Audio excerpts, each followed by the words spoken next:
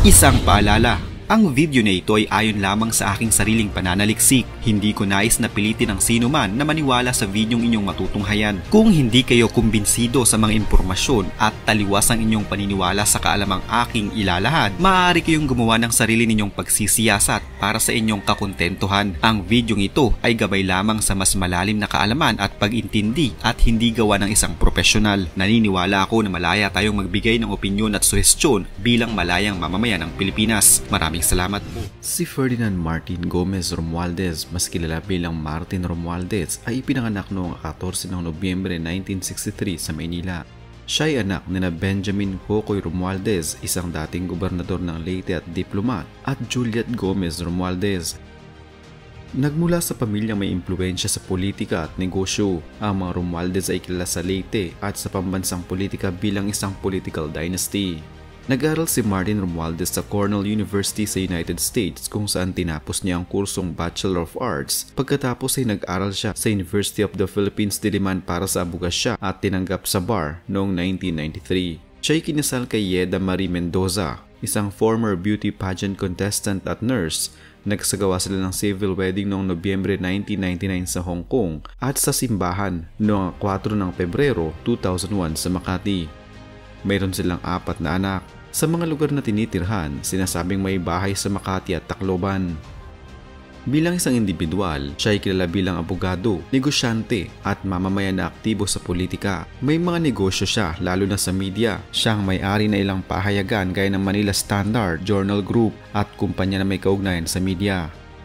Ang unang hakbang ni Romualdez sa pampublikong opisina ay bilang kinatawan ng unang distrito ng Leyte. Panunungkulan niya ito mula 2007 hanggang 2016.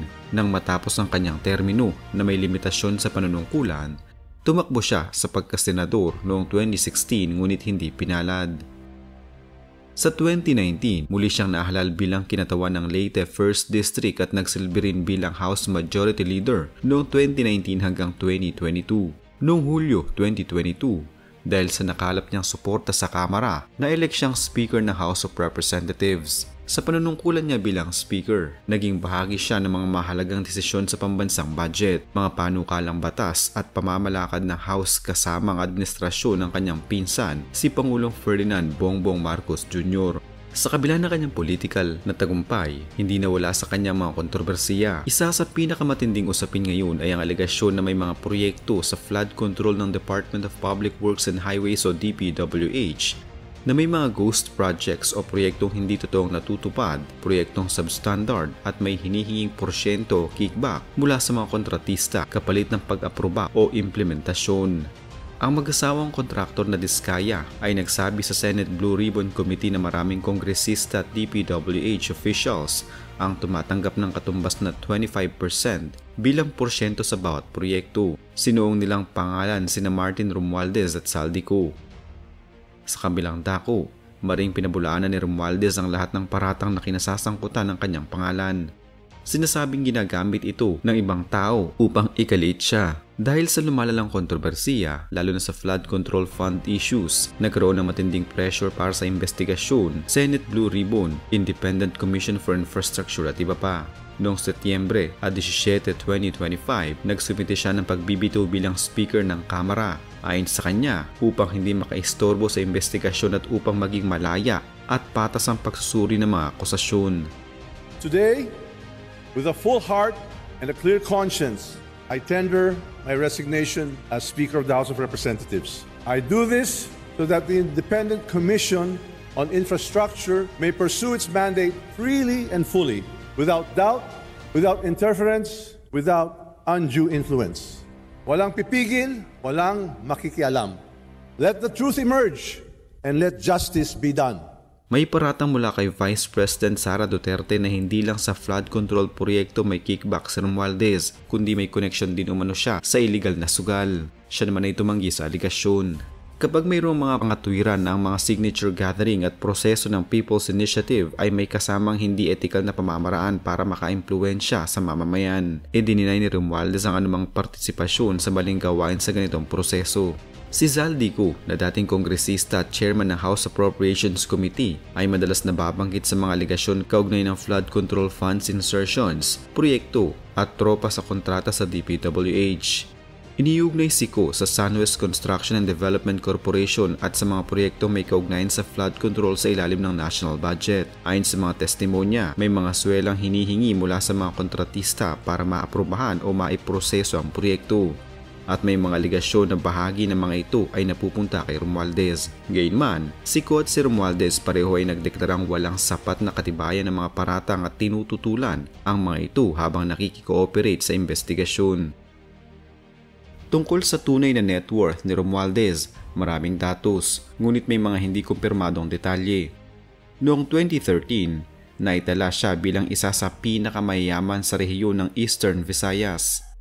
Nasa humigit kumulang 474 million pesos ang tinatansya ng SALN o Statement of Assets, Liabilities and Net Worth niya. Ayon sa talaan, siya ay stockholder sa maraming kumpanya, may-ari ng real estate property sa Pilipinas at sa ibang bansa, may negosyo sa media. Hindi pa malinaw kung ano eksaktong net worth niya sa kasalukuyan dahil sa kakulangan ng opisyal na dokumento na accessible sa publiko na nagbabalangkas ng lahat ng ari-arian, pautang, investments at mga liabilities. Sa kasalukuyan, sumusuporta siya sa mga reforma sa proseso ng budget, transparency at oversight lalo sa kaugnay ng mga kasong anomalya ng flood control. Nakikipagtulungan sa mga investigasyon sa Senado, Kongreso, Independent Commission para matukoy kung sino ang mga may sala sa mga aligasyon. Pagkatapos niya magbitiw bilang speaker, maaaring mas nakatuon siya sa pagsusuri sa mga batas, pagbalanse ng mga political obligations at posisyon bilang congressman. Patuloy na aktibo sa politika at negosyo kasama na ang kanyang mga negosyo sa media at ang kanyang papel bilang leader sa kanyang partido, ang Lakas Christian Muslim Democrats. May mga testimonya sa Senado at iba pang hearing mula sa mga kontratista na nagsasabing may mga hinihinging porsyento siya at kickbacks. Subalit sa maraming ulat, hindi pa naipapakita ang kompletong ebidensya na nagpapatunay beyond reasonable doubt na sina Romualdez at Ko mismo ang tumanggap ng pera, na sila mismo ang nag-utos nito. Maraming paratang nakabatay sa testimonya ng mga individual, hindi pa sa dokumentong legal na validated o sa desisyon ng korte. Ang katotohanan na nagpahayag si Romualdez ng pagbibitaw bilang speaker at ang pagpayag niya sa investigasyon ay maaaring indikasyon na may large-scale na pressure at hindi lamang simpleng pagsisisi, ngunit hindi nangangahulugang pagkilala sa kasalanan. Si Martin Romualdez ay isang prominenteng politiko sa Pilipinas mula sa isang mayamang pamilya. May malawak na ugnayan sa politika at negosyo at may mahalagang papel sa pambansang lehislatura. Sa kabila ng kanyang mga kontribusyon sa pagpasa ng batas, pagangat ng pamahalaan at representasyon ng Leyte, hindi maikakila na marami siyang kinakaharap na seryosong paratang ng katiwalian, lalo na sa flood control projects na may mga testimonya at investigasyon na napapatuloy.